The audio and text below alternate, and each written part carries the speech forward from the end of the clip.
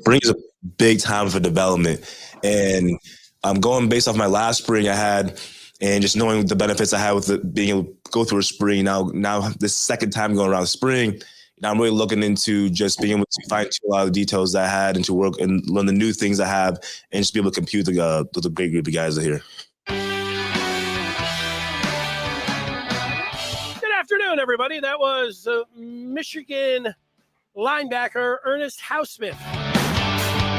Thanks to mgoblue.com for the audio. Hausmann, one of those magnificent 7 transfers that came into the Michigan football program this year, and he's one of them that's available for spring and talking about it as they got underway last week. And we get underway on Wednesdays with former Wolverine Jim Scarcelli. Scar, it's great to see you. How are you? Hey, everything's good, Danny. That kid is a heck of a football player, man. He made some plays up in the big house. He's big, he's fast, he's athletic. I saw him run down J.J. McCarthy one time. Big play. So that linebacker room is good. There's competition there. It will not be like last year, where that was a position where we were bouncing guys around to have depth, and there's a lot of good players there. Big, fast, and athletic. That sounds good to me. What else sounds good are the things that we're talking about today. We think about what we're going to talk about, and then we bring it to you at 1 o'clock here on the Maize and Blue Review, presented by Rivals. We're live 1 o'clock weekdays. It's been for a little while here in the off season that Jim Scarcelli has joined us on Wednesdays. We have turned the calendar, Scar. It is March, so we've got March Madness to talk about with the Wolverines on the eve of playing their penultimate regular season game tomorrow in Champaign, Illinois. We will get to that coming up. Being March 1st and everything else, it also means that we are 1 month away from the spring game. So we have some Michigan football to talk about. Deion Sanders and his recruiting methods, we will discuss that. But before we get to anything else, we always say, 98% of the time we're talking about Michigan football. This isn't specifically about Michigan football, but this is the top story of the day in sports, and it's the details in the Georgia football crash that killed 2 people. And an arrest warrant has been issued today for the potential top pick in the draft, Jalen Carter, for his alleged role in that January crash. Allegedly, Carter was street racing with a Georgia staffer before the staffer's vehicle crashed into a telephone pole, and Carter was at the combine in Indianapolis, which is going on, and looking at the report of 2 misdemeanors. I saw CBS say these charges, this is a misdemeanor arrest warrant, but reckless driving and racing. And you have some of the details about the people that were killed. They were driving over 100 miles an hour, and their blood alcohol, the driver was over. This was something that happened at 2:30 in the morning. And also they said that the crash was consistent with racing. They were able to determine that, however they do that. And then there's the blood alcohol level at 0.197. Nothing good when it comes to that investigation. So I'll ask you, I'll specifically just throw the questions your way, Scar. When you look at something like this, let's talk about just this is a sports story, but this could be anybody, but because it's Georgia, it's college football, it's the top story of the day. What do you think about when you see a story like this? Yeah, Danny, I've been through it. I've seen it. I did dumb things. I know that you recruit guys. I don't know if this kid has done anything like questionable in his past. He probably hasn't. And as a coach, you are hammering on these things all the time. Coaches are hammering on this stuff all the time. 365. Do the right thing in school. Go to school. Take care of your schoolwork. Act right on campus. Bo was hammering on this stuff all the time. And he talked about, hanger-ons. He used to call them hanger-ons. These guys that are hanging around the athletes. Some of them are questionable influences. Sometimes he referred to them as pissants. Some of these guys that are just, they can bring you down. You got to watch who you're hanging with, man. You got to watch who you're hanging with, because some of them, they got the wrong intentions. And he just looks like he got weak. He let some people influence him. One of the greatest days of his career, of his life, just won a championship, and you let these people that his associates, whatever, talk you into getting involved with this kind of stuff. And I hope he's accused right now. It's whatever it is, but he lets the wrong people influence him. Coaches are constantly hammering it. I heard it from my coaches. I constantly did it as a coach too, all the time. And I used to tell my guys, man, especially teams I had that were, on the verge of winning a championship or going to win it, looking to win a championship as the season goes on. I used to tell them all the time, man, that the liquor stores ain't going nowhere. The parties and the girls, they ain't going nowhere. They're going to be there forever. And in talking about this, something that we've taken for granted is Jim has done a pretty good job of keeping his guys on the straight and narrow, doing the right thing on campus. We haven't had many incidents since he's been there. So I want to take an opportunity to, say, hey, our coach, knock on wood, has done a pretty good job, but coaches are constantly hammering at this stuff. Players got to be mentally tough and not hang around with hanger-ons. Yeah, well, in this situation, you have somebody that was with the football team and also a football staffer. So, I don't know if it was all, the players that were at this establishment that they left, but, he left and they were people connected with the football team. But, this is one of the cautionary tales that you don't like to have come up, and yet they come up way too often. Like, I hear people talking about, especially in the South, but it seems like in the South, people, they do drag race. And, that happens all the time, whether it's not legal, and whether you think it's, something that, hey, everybody does or anything else, like drinking and driving. Don't drink and drive. Don't drive in excess. This car was reported to be going over 100 miles an hour. And if you're racing somebody when you're twice the limit of, what you are allowed to be driving, and then you're driving over 100 miles an hour, you're bound to have things happen there. Jalen Carter's lucky that he's alive. Now, he's given 3 different accounts of what happened. At first, he was way ahead of the accident, then he was behind, and then there was a report, that he was right next to him. So we're not sure about what he gets with his story here. But the part where there's these are a misdemeanor arrest warrant. You say that's it for him, but we'll find out, what happens with him. He's definitely in, the focus right now is the combine. Everybody's talking about the draft, and, he's been, speculated as being number 1 pick, certainly one of the top 5 picks. Scar, you already mentioned Michigan,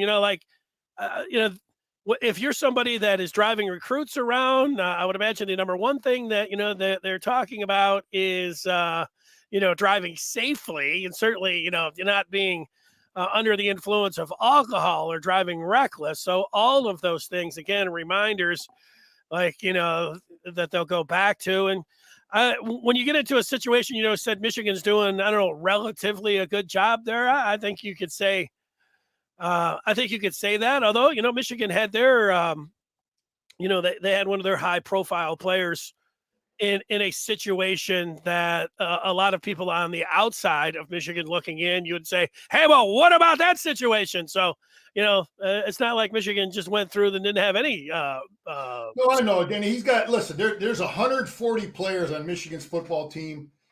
And, there's a lot of room for error there. Guys that are going to do something stupid. I played with a guy. He was started as a freshman in the Rose Bowl. And you would have thought this guy had the world by the cojones, man, and found a way to do something stupid. And the next thing you know, he's gone off the team. So I've seen guys throw away a lot of stuff, man. And it happens. They get around the wrong guy. They get influenced by the wrong people. And these are the things that, you talk about senior leadership. This is the stuff where really senior leadership is big, because the coach ain't there all the time. The assistant coaches aren't there all the time on campus, at the parties, at the clubs, when after a big win, who's looking after each other? Who's saying, hey, man, go home, or, you're in the wrong place. Don't go, get your butt home. That's where your senior leadership and your the tradition of how things are passed down within your program. But, I also think like this with name, image, and likeness now, not like in the past, players didn't have cars or even have fast cars, but now players are getting high performance cars. And you see it in the NFL, like Myles Garrett last year to miss some time because he was, this is not the first time we've seen it, but in the pros, I mean, they've got, fast cars and Garrett was driving, in excess and he crashed. So that's a little bit of a new wrinkle. Like, all of the guys have super nice, brand new, and you can think fast cars. So, a time to say, okay, again, they all know that they're not supposed to be drinking or, drugged up and driving, but going over 100 miles an hour, racing. I mean, all these things you point, hey, that's how quick it can happen. Now, let me end it on this. I know you want, but I know we got a lot of good stuff to talk. If I was a coach, college coach, high school coach, this story right here, I would review this story every year with my team. This story would be covered every year, especially as you're working in. Especially if you want something big or you're getting ready to play in a big game, and you talk about doing the right thing after games, and this is a story I would talk about every year with my team. Well, it's a good thing and a cautionary tale. And yet, let's look at it from a pro perspective and the Detroit Lions in terms of the draft. The Lions have the 6th pick in the NFL draft. And I already mentioned that this player, Carter, was under consideration for the number 1 pick, certainly in the top 5. And then you think, well, if he's going to slide a little bit at 6, would the Lions consider taking him? And because of these are misdemeanor charges, and I know a lot of people will be like, oh, yeah, these are big time red flags. And, you can, however you want to determine that these are big time red flags. I don't know if we'll be able to find out if he was drinking under influence. He denied that he was, racing the other car. He did have 3 different stories here, but this could be the part where it's not a cautionary tale. I don't think that he's falling out of the top 6 or 7 in the draft. Maybe he was going to go number 1. You could say, oh, well, that cost you 5 positions, but is that going to be enough for people to be like, oh boy, I better make sure I'm not out, in my car driving fast? I don't know. Like, do you think that the Lions are going to say, oh no, we're taking him off our board now? Yeah. That's a question for the values of the leadership. Do they want to, they're going to have a fan base that will be, that will have a problem with it. The kid is a great player. There's no question. This kid is a really, really good football player. And that's a question for, the marketing and the image of the team and the community. What are the forwards and, the general manager, what do they want to do there? Because there's going to be a pushback. There's going to be some anytime you take a kid like that, and they just have to weigh it. But this kid is a good player. It definitely cost him money. I believe it's going to cost him some money in terms of how high he's picked.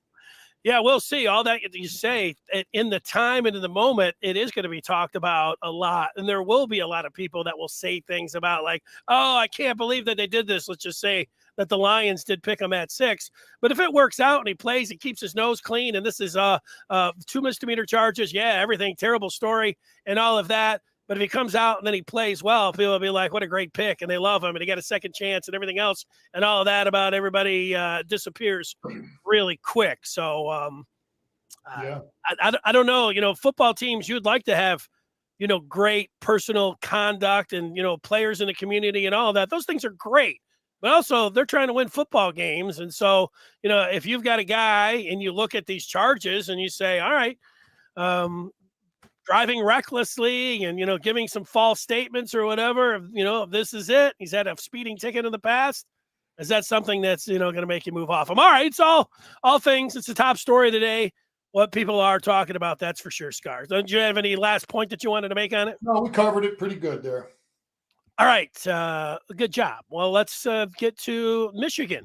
They are sitting with 2 games left in the regular season. Tomorrow at Illinois, Sunday at Indiana. I couldn't believe that Indiana got popped. Here I was yesterday talking about, I think Indiana is the best team in the Big Ten. I watched them go into Purdue and just rout and take the Boilermakers apart. And then Iowa comes in and does the same thing to them last night, which was a real shocker to me. But how do you look at it here for Michigan sitting with 17 wins and with, at least 3 games left with the 2 in the regular season this week? Denny, I think if we can win one of those games will be tough. I mean, they're both on the road, but if you get a hot shooting team, Iowa went in there and Iowa's tough. They can shoot the ball, but if we can win one of those games and win 2 tournament games, I think we're in the NCAA tournament. But we got to win, I think, 3 more games. But listen, we're Jett Howard's out, and we've been doing some pretty good things, and we just got to have a good night shooting, and hopefully Illinois or Indiana, one of them will have an average to below average day shooting, and our guys, come out shooting. And but that's how I see it. We got to win one of these 2 and maybe 2 of the Big Ten tournament games. You mentioned Jett Howard. He did go through warmups with the team on Sunday prior to game with Wisconsin, and then we do know that he did not play. Let's say that he's available coming up tomorrow night. Scar, you've coached football and basketball. You've won 3 in a row, and 2 of those have been without Jett. And he got hurt in the first half of the other game, so they've been on a nice run without Jett Howard. Meanwhile, he's their best outside shooter, second leading scorer. You automatically, if you're Juwan Howard, insert him back into the starting lineup, or do you do it a different way? I think that one of the games that Williams had one of his below average games, and then he got hurt supposedly, and then you saw Shetter in there for a couple games starting. I thought that Juwan was saying, okay, we're going to start playing for the future now, because that's what coaches will do. If you get to a certain point and you don't have a chance to win a championship, you just start playing for the future and start playing some more young guys. And I don't know if that's true or not. It's a theory I had, because you're seeing more minutes from Shetter, and he's a guy that would be around, because you got Doug and Reed and Shetter now. That's developing and working toward the future. So anyway, Jett Howard is probably one and done. So it's interesting. How much minutes do you give them? But now they're now they're trying to play for a tournament bid. They actually have an opportunity. Who thought they'd go to Rutgers and win? And they're on a pretty good little roll here now. So if he is healthy and he is ready to go, I'm sure Juwan would start him and get him right back in. But at the same time, I wonder if he's thinking about more time for Cheddar and the future. Just a thought that I would have if I'm coaching. Yeah, well, on those points there, the future is now. I mean, if you win 2 out of 3 games, you're in the tournament and you've had a successful year. If you're fooling around thinking about the future, like for next year, and you don't play what you think is your best starting lineup because you're thinking about the future, you're cutting off your nose to spite your face, or you're doing something stupid, because if you don't get into the tournament, everybody's going to be all over you. So you better think about trying to do your best right now. Cheddar really hasn't done anything in the starting lineup. And you can't think that TW2 coming back, unless you look at that plus minus where he was a plus 20, he's done a nice job defensively. I think almost every coach with this situation would put Jett Howard back into the starting lineup, unless you think that you have something where you just like the 2-3-man game with Kobe Buffkin and Doug McDaniel and with Hunter Dickinson and how that works. And then you look to a second group, whether it's Terrace Reed, and then you have some instant offense that is sitting there that you could bring in, who doesn't really need a lot of chemistry with the team. Or you basically can just give them the ball and let them go. I hearken back to the Oklahoma City Thunder when they had Russell Westbrook and Kevin Durant and they had James Harden, the beard, all three of those guys, all-stars. They're probably all going to be in the Hall of Fame. They didn't start Harden. They had him off the bench with the second group. The idea was let Harden come in and go to work. He doesn't need it. Just throw him the ball and let him go. In this situation, Jett Howard would be James Harden. Now, that's a way different way to think of things. I don't think Juwan is thinking about it that way, but there is something to look at, and it's in the pros. I wonder if he's thought about it or if he's just like, nah, he's back in there. I don't know. Yes, Doug is really doing some good things. And sometimes when Jett's in the game, the ball kind of stops. There's some pretty good movement, good flow. And, he's a young kid. He's got a lot of talent. But sometimes the ball stops when he gets it. The movement stops. That's the only thing I've seen that I would question at times. The flow, the movement. Flow and movement is something to question, especially somebody who has coached the game before like you. Scar, let's get to some football. I want to tell people that if they did not know, that they can join up the Maize and Blue Review today by going to michigan.rivals.com. You want to know what's going on with football, basketball, all day, all night, recruiting. You go there and instantaneously and before anyone else, go to michigan.rivals.com to get that done. All right. Jim Harbaugh talked last week, late after we talked on Wednesday, and we do have some relatively breaking news when it comes down to Michigan. Jesse Minter did interview with the Eagles, but yesterday Pete Carroll at the Combine, the Seahawks coach, said that his defensive assistant, Sean Desai, would be heading to Philly as its defensive coordinator, and I don't think Philly has announced that officially, but when Carroll says his guy's gone, I think that we can say that Jesse Minter is returning for his second season. And how big of a deal is that to you, Scar, that Michigan will have Jesse Minter, or as the players call him, Coach J, back? I think it's great. It's great that he's that Michigan guys are getting looks. That's great. We talked about that, and it's good that he's coming back.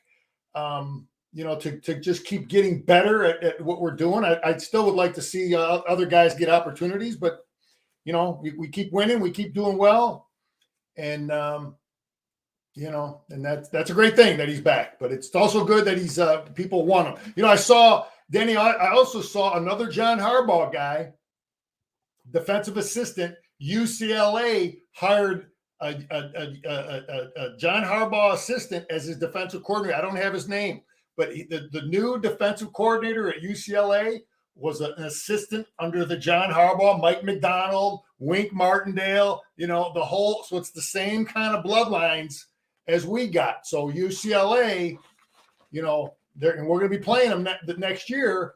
The guy has the similar bloodlines as Minter. Smart move. The Eagles did confirm that Desai is their new coordinator, so it's official. Minter is back, if you didn't think it was before.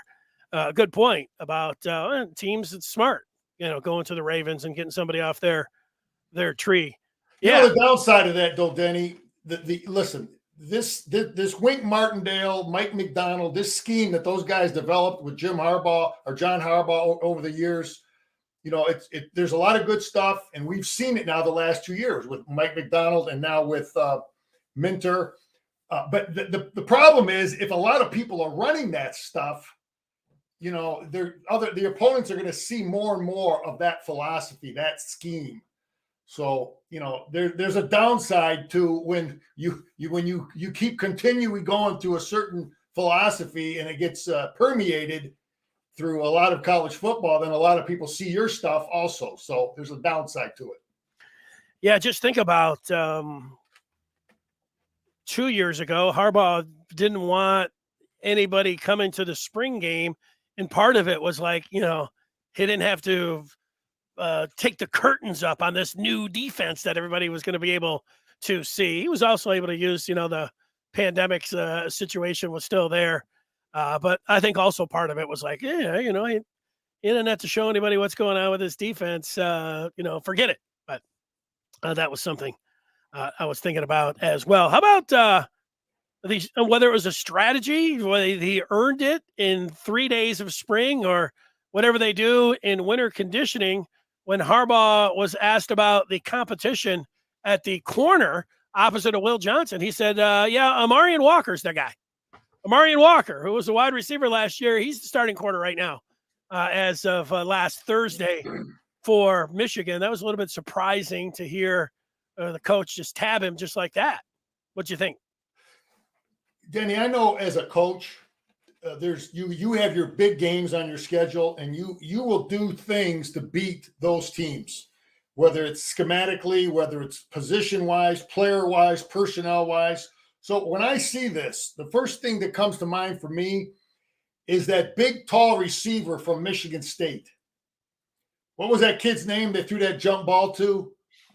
Yeah. I forget his name, but you know who I'm talking about. The kid had a field day with us for a while until we had to overcommit to defend that kid.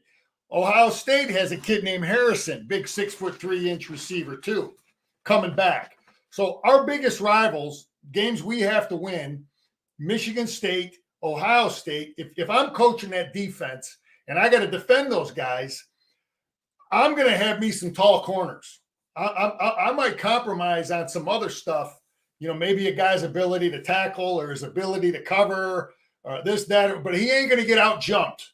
We're not going to allow Michigan State to throw jump balls again at our corners like they did last year. I mean, it got to be pretty bad there for a while. So when I see this, the kid's tall. He's an athletic kid, and Jim, said right away, God, the kid's, he's starting. So it's a great thing.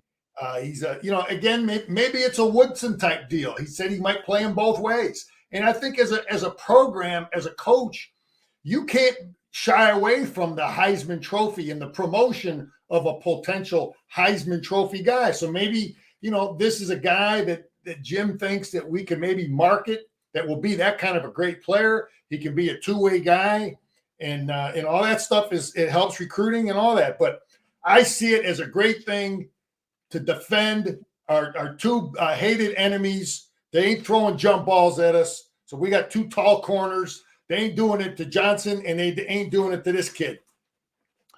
Keon Coleman. That's the guy. His name, and he is 6'4", as you mentioned. And I would bet if I looked at Marvin Harrison Jr., he is all of 6'4". But I'm going to check just to see what they put Marvin here. He's 6'4" too. So there you go. Our 6'4". See, that's Scar. See, Denny, that's Scar, the old coach, thinking that decision has a whole lot to do with those two guys. I guarantee it. I like it. I didn't think of that part. That's a nice. That's why I'm the old coach, D. Hey, I like it. I'm telling you, that's you will hear me from here to the start of the season for the next 6 months talking about, hey, remember Keon Coleman, Marvin Harrison? They're both 6'4". How tall is Amarian Walker? Oh, yeah, 6'4". I'll reference you, Scar, when I say it a few times. There you go. So now we got a chance defending these guys. No more jump balls. All right, let's stay with college football. Primetime had a few things to say recently, and he's getting some pushback from some folks. But if you didn't see it, Deion Sanders said recently that he recruits quarterbacks with a high GPA who are from, quote-unquote, dual parent homes. And he also looks for, quote-unquote, single mama households for defensive linemen he tries to sign. He says it's a whole different attribute that you look for in different positions. What did you think when you heard Coach Prime say this? Well, I question some of that stuff. So some of our listeners that don't know, I'm a 25-year teacher, public school teacher, 25 years coaching in the public schools, and I've seen a lot of different kids from a lot of different backgrounds do a lot of different things. And I agree that the most important position you have to identify is your quarterback. Okay, you better have a quarterback that is not going to get in trouble in school. He's going to have his grades straight. He's not going to be fighting with anybody in the classroom. And, he's a reliable guy. Of course you want reliable. That was the number one attribute I was pounding on with my guys all the time is reliable.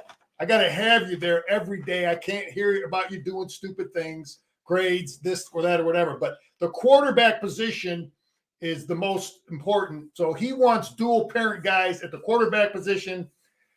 I've had some really, really great kids that come from grandma raised 6, 8 kids I remember one family we had that was just all great kids. Mom or dad weren't even in the picture. Grandma raised them, great kids.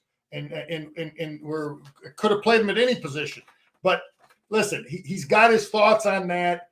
I question it because I've seen kids that come from 2-parent families that had problems. They weren't, dysfunctional kids. And I seen kids that didn't have no mom or dad or anybody.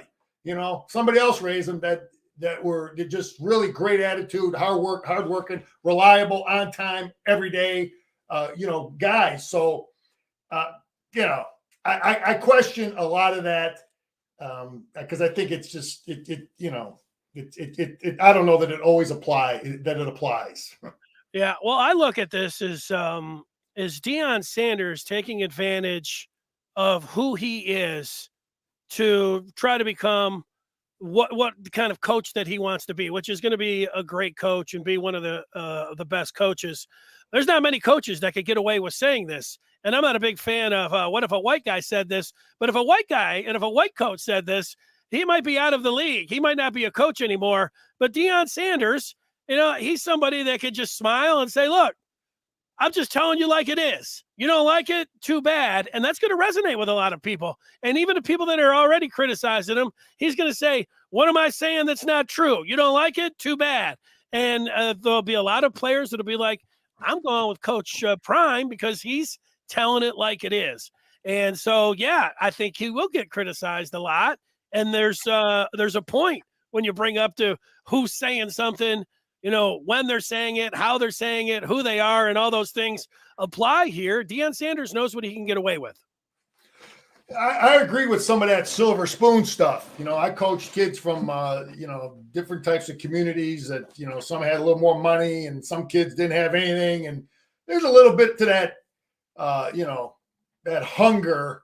I get that part. He talked about a single parent kid going to be a little more hungry as a defensive lineman. I don't know.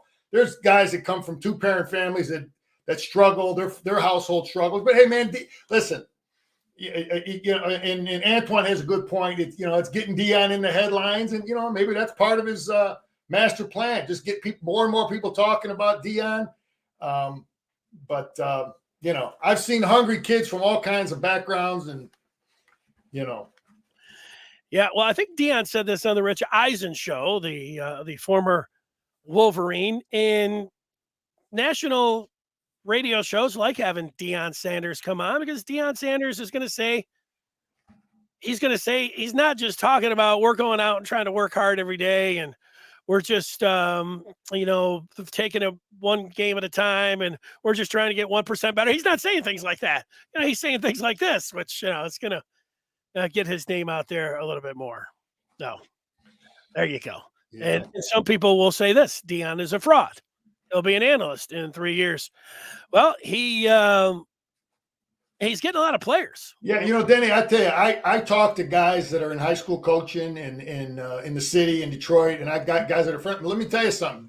Deion, there's a lot of interest. There's guys that are interested in playing for Deion Sanders. It is what it is, man. So, he might be talking and he has an unconventional way of doing things now, but I do know that there's a draw there. Okay. There's guys that want to play for him that are attracted to that. So, hey, look, I just tell you this, Scar. I can remember from the days that he was at Florida State. He was driving up to games in a limo when he was in college. Back then, it was like, nobody could do that. What's this prime time doing? He's coming out with a chain. Everybody's like, where's he getting the chain from? And Deion would just smile and say, I'm prime time.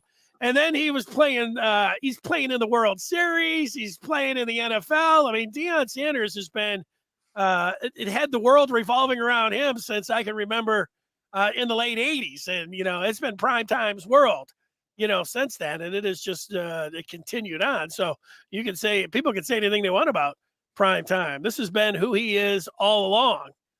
Whether you think he's grandstanding, saying things other people can't see, that's prime time. for you. Yeah, I just know it's real though, man. There's guys that want to play for him, so he's gonna have the ability to recruit. And, can he coach? Put it all together out there in Boulder? We'll see. All right, let's bring you back to Michigan football, Scar. And there was some news also Thursday about a position group, and that was the offensive line. And we heard at the beginning of the show from Ernest Hausmann, one of the Magnificent Seven, as one of the 7 transfers that Michigan brought in. 3 of the transfers were on the offensive line. Ladarius Henderson, a grad transfer from Arizona State. He is not in camp. He is not going to be in for spring football. They talked about him getting in for summer. Chris Hinton and Drake Nugent.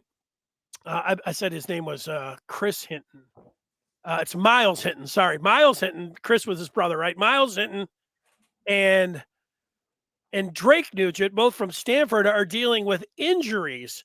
So now you're talking about the competition in spring. I mean, these guys that I put up on the screen that we know a lot about, but not Henderson, Hinton, and Nugent. You got Piercy, Keegan, and Zinter, who we know will be at the guards. But then you think Greg Crippen or Raheem Anderson, 2 guys on roster, would be the ones at center when we're talking about the spring game, and out at right tackle, Trente Jones and Carson Barnhart. Those are a lot of offensive linemen. Who are the best 5 out of this? Danny, leave that right up there for a second. Jim, I listened to Jim's comment, and he talked about having 7 starters. Said he's got 7 starters right now, okay? And he was talking about Percy, Keegan, El-Hadi, Crippen, Zinter, Jones, and Barnhart. Those were the 7 guys he was referring to, okay? He doesn't even mention Henderson, who's out. Right. Okay. He doesn't even mention Nugent, who's out, or I know they're high on Gentry, but he doesn't even mention Hinton. So that would be 10. Okay. But what's interesting, and the way I'm looking at this, is a guy that I hadn't heard his name, that I talked about in a couple episodes back, that I thought maybe Greg Crippen might be a guy that we might see transfer, because Jim hasn't talked about him. He didn't play much as a backup, but he may have really developed in the weight room, whatever. And I thought Raheem Anderson was going to be the next guy in line. But now he doesn't mention Jim. See, I'm always listening to what are the names he's mentioning. And then it's not, we've always heard people say this, Danny. It's not what people say, it's what they don't say too, right? Mm-hmm. You've heard that statement. So anyway, he hasn't mentioned Raheem Anderson so much. He talked about Crippen. So Crippen is a guy who's done some things that is maybe going to be able to hold on. Is he going to be able to hold off this kid Nugent, who's got 30 starts under his belt? So that's anyway. My point is, Jim mentioned 7, and he's not talking about none of these guys that are out. He's not talking about Henderson, Hinton, or Nugent. So that means we got 10 guys that can play, that they feel real comfortable, because I guarantee you those transfers are going to be able to play. We already know they can play. We've seen film on them. So now that gives us 10 players. Who's going to be coming back? Who's going to be leaving after spring football? So it's interesting. There's a ton of depth. It's a great situation as a coach. The biggest challenge is developing all of them and somehow finding a way to keep all of them there. That's one of the biggest challenges, I think, as a coach we have, because there's a lot of serious depth there. Good players. Well, that's why this could be a little bit of a blessing in disguise with the 3 transfers not coming in, because you'll have a starting 2 deep coming out of spring. But then you're going to have Henderson and Nugent, who a lot of people thought were going to be the starters. And will Harbaugh do a battle royale like he did last year with the quarterbacks and say, hey, look, this is going to be our starting offensive line in game 1 against East Carolina. This is going to be our starting offensive line in game 2 against UNLV. And then we will go from there. What about that point? Danny, that's a possibility, and it's fair. It's a fair option for these guys to get a look in them 3 games and try to size them up and see where they come out. But yeah, you'd hate to be, again, I've been in that position. I hate to be a guy like Jeff Percy, who's paid his dues, grinded, in L&D, paid his dues, grinded, ready to go, ready to start. Crippen, highly recruited kid, ready to go, ready to start. And then, and then now you go through spring ball, you come out starting, and then, you're committed to Michigan. Michigan's committed to you. And now the first game, the first couple games of the year, you're rotating with this big time transfers. And somehow they find out that you're not the guy. They feel you're not the guy. And now you're back on the bench again. So listen, that's the reality of what it is. Life ain't always fair. But, those guys are going to have to make some decisions. And they're obviously they're not going to see the competition until they've already committed. Because obviously that after that first game is played, school's already started, so they can't transfer. So that's the kind of the deal that's going in, just like the Cade McNamara, JJ stuff that we just went through.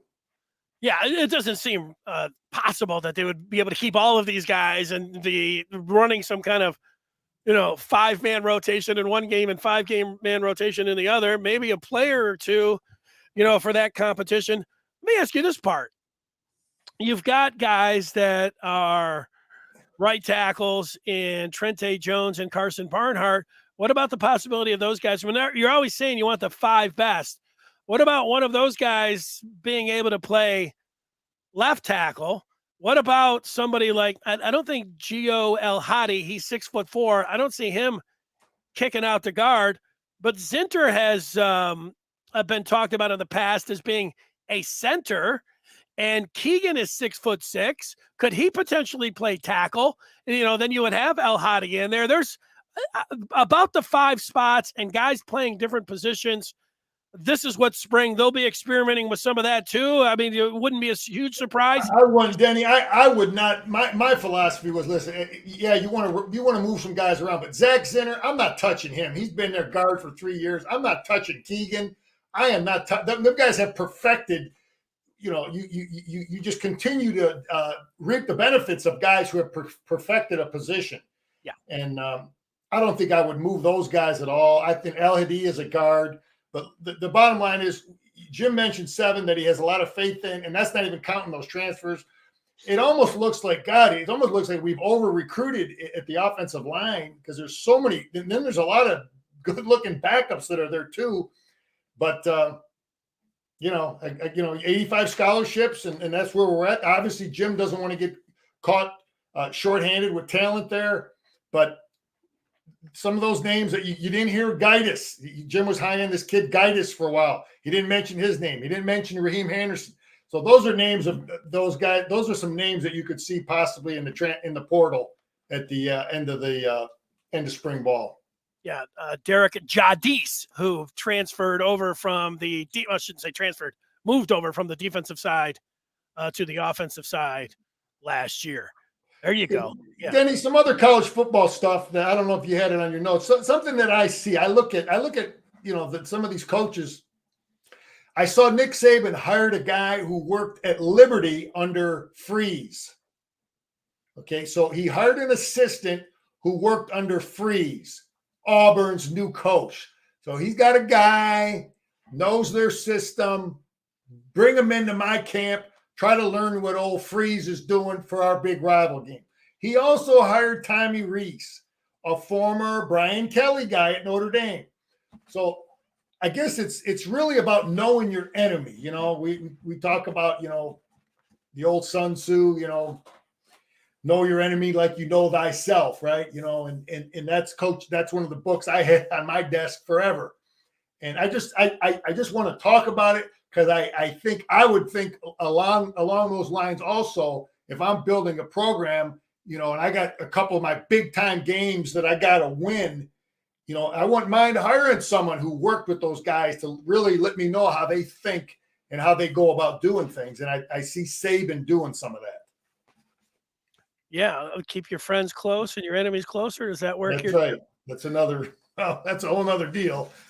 But maybe for Michigan solved the Ohio State riddle. Maybe they need to go down to Georgia and look for a Georgia assistant if something comes free. Maybe that's the route maybe Jim Harbaugh if he wanted to follow Nick Saban. I don't think it's a TCU situation. I think Georgia's the one. Speaking of TCU, though, I saw where they had the teams that had the most guys in the combine or draftable guys. TCU was right there.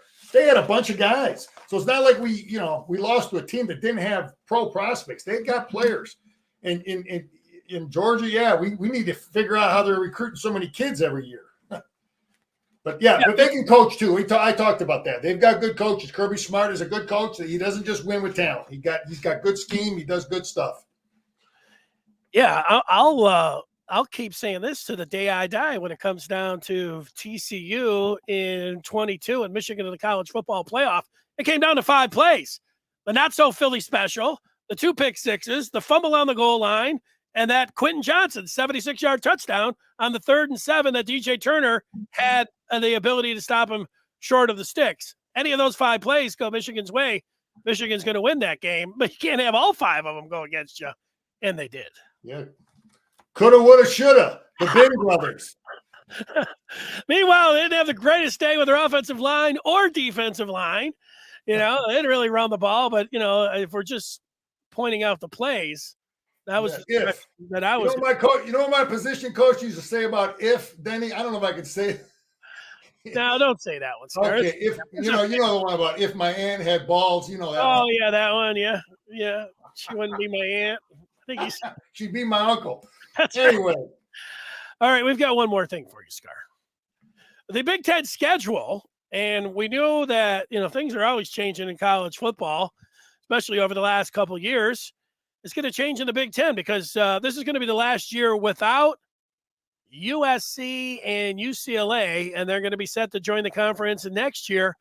This will be the last year of the college football playoff, which is 4 teams, where after next year, they're going to go to 12. So this has the Big Ten thinking about what they're going to do with their scheduling. They're going to scrap, it appears, the East and West. So that's going to be out. It appears that they're going to stay at 9 games. This right now, a 3-3-6 model where they have 3 protected rivals, and then you're going to rotate. This should say 3-6-6, not a 3-3-6. Where they have 3 protected rivals, and then they'll play 6 one year, and then they'll play 6 the next year. So that's what it looks like right now. But all of those things could change. If you thought a little bit about the future of the conference and Michigan. Yeah, I saw some statements from the committee and the people that are debating this stuff, and they said the number one objective is the college football playoff. Okay, to make and create every opportunity for the Big Ten teams to make that playoff. Yeah, so that's supposedly the number one objective. Okay, and who said that? Who said that? That's what I read. CBS had it as the number one objective of the committee. Putting our scheduling together is to make sure that the Big Ten teams can make the college football playoff. Okay, but this day I might go along here because it all gets back to Michigan having to play Ohio State. Okay, I'm going to go on record now. I don't think we should have to play them every year. If you're going to do this, because I think now if they can somehow come up with a schedule where we only got to play them once, but let's say, for example, Ohio State goes undefeated, Michigan loses 1 game, and now we beat Ohio State at the end of the year. So we're 11-1, and they're 11-1. They lost to us. We lost. So now we got to play them again in the Big Ten championship game. I don't want that. Okay, I don't want that. No way, no how. And so you're going to tell me that that kind of a setup is best to get a team in the Big Ten championship or in the college football championship. So I don't like that. You think Auburn? Well, stop you right there, Scar. What I would say, and if I was on that selection committee, you'd say under that scenario, it would be great for the Big Ten because both of those teams would be getting in. They would just be playing for seeding. And you remember, even in the Harbaugh era, some of us at times thought it was not going as well as we would have liked it. Michigan still at least another 2 times would have been in it. I think 3 times would have been in the college football playoff, even with losing to Ohio State. So under that scenario, what's going to be different is that it's not going to be playing for everything. It's going to be playing for seeding a lot of times, or a bye or a home game, but you'll still be able to get in there. And you might have to play them twice, and you might have to play them twice in 2 weeks, but we got a taste of it. We didn't. Ohio State got a taste of it this year. They lost the big game, and they were crushed, and it was over for a year, and they were downtrodden, and it was the worst loss in the history of the program. And then 2 weeks later, or whatever it was, here they were.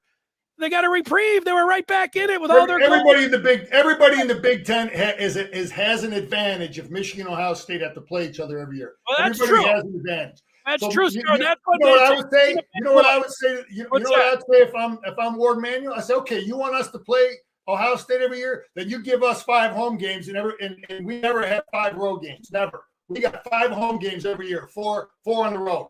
If you want us to play them every year, you got to give us something. Because listen, don't ever underestimate, Danny. I was a player and I was a coach, and I always thought it was so important that my players won a championship, and winning a Big Ten championship, winning a high school championship, whatever it is, your league, whatever it is, you want to always make that your number one goal, because I think it's so important for kids to be on a championship team of some form, whether it's high school or college, whatever it is.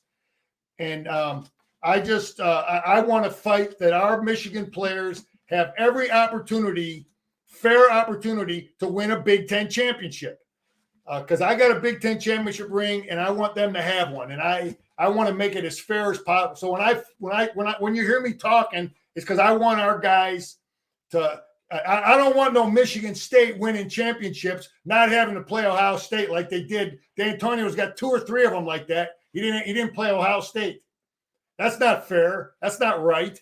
And our guys are going to have to go through this gauntlet. So that's why my feelings are what they are about, this. I want them to win a championship, a Big Ten championship. And I think whoever the new commissioner is after Kevin Warren is going to say he appreciates that viewpoint and the rich tradition of the Big Ten. But if you can reframe how you look at a Big Ten championship and a national championship, it's about getting into the college football playoff. And now you're going to have 12 teams in there. So yeah, winning a Big Ten title, but now you're talking about, you can tell your guys winning a national championship. And look, I get it. If it was everything revolving around Michigan, everything else, Michigan and Ohio State, I think when you get into those meetings, I think the first thing that they're going to say, this is going to be a non-starter. These 2 teams have to play every year.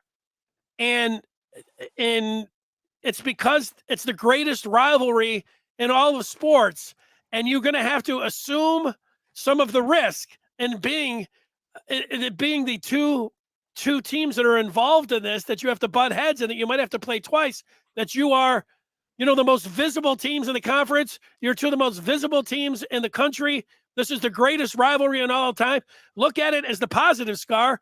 Michigan is able to use that and how they can use it in recruiting and use it. And they're still going to have a chance, even if they lose that game, to play in the Big Ten championship game. They could lose to Ohio State twice in a year, as distasteful as that sounds, even saying it. And they could still get in. If those were their only 2 losses, they could still get into the college football championship, run the table, and win a national championship. No, I hear you, Denny. And I just, we'll see what they come up with, man. I believe that the winning the conference title is the most important thing, period. That's just what I believe. The Big Ten championship, it's those rings are forever. And I don't like these other guys having an edge. If you're going to force us to play them, then you give us 5 home games. You make it up another way. Because I was as high school coaches, you want to talk about hostile, heated, argumentative meetings. When high school coaches go on their meetings and they talk about their scheduling also, it's the same kind of stuff. You want to try to get some fairness. So you want your players to play as a high school football team to win a championship. Same thing with the Big Ten. So yeah, I hear all that national championship stuff, but I want my guys walking out of there with a Big Ten championship ring, period. Scar, what if you had to play? What if I presented this to you if I was the new commissioner? Scar, we just have to play Ohio State for it because it's the greatest rivalry in all sports. We can't take a year off. You're going to have to accept that. Instead of those 5 games, what about your other 2 protected rivals? You can pick anybody you want. Yeah, I don't know. I mean, we got to play Michigan State. That game is that game should be played. Play Michigan State too. I mean, I just think we have to play them. It's just a game that game. Right, well, who's the 3rd team then? You get to pick anybody.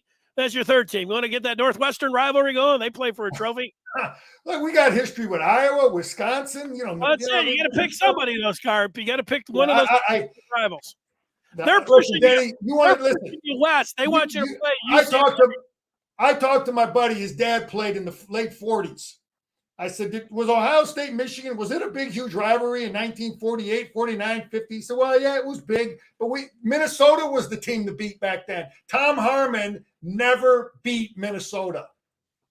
I think Schembechler was the guy that really reignited everything to make Schembechler-Hayes to make it such. But, the game obviously was a big game before Schembechler and Hayes really made it so darn meaningful. The snowball at 50, people still. Yeah, but I don't know. Denny, I wasn't a player or coach in that era, but I know that Minnesota was. That's what I got from my buddy. That Minnesota was a big game for Michigan. Well, he's right. In the 40s and early 50s. Sure, Minnesota was big before there was TV and everything.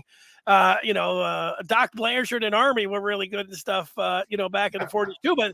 In 36, that's when Tom Harmon, was getting a standing ovation. Never beat Minnesota. But he was getting a standing ovation at Ohio Stadium. That was the first time it ever happened. In 50, the snowball is like one of the greatest games they ever talked about. So, yeah, I think that Michigan in the 60s, even though they Big Bob Timberlake took him to the Rose Bowl, Woody had had built up such a giant squad there that it looked like Michigan would never be able to do anything against them. And then, Bo came in and won his biggest game that he ever won in his first time ever against Ohio State. How about that? Yeah, that was the biggest game. He got everything rolling for him. Danny, I got something. I don't have it on your notes there, but I got some news. Let's go. I got some news from a source, a good source. That at the end of March, Michigan will have some big time NIL news that will really, really help Michigan compete NIL wise. So it's coming in late March. That's all I got from my guy, but my guy is usually pretty accurate. And so that's that. I saw and I don't know if this is the same thing. It was whoever the Rock gets represented by, this digital company or whatever. I forget what their name is. I looked them up a little bit earlier, but they're the ones that at least there's been some talk that Michigan's got something up their sleeve with this performing arts and digital corporation worldwide that they're going to be involved in, which is going to be good for everybody. So my source gave me these figures that Michigan players are all going to be doing pretty darn good and should really help us compete. Denny, I'm going to leave you on a joke here. Hey, what'd the fish say that swam into the wall? Fish into the wall. I don't know. He said, damn.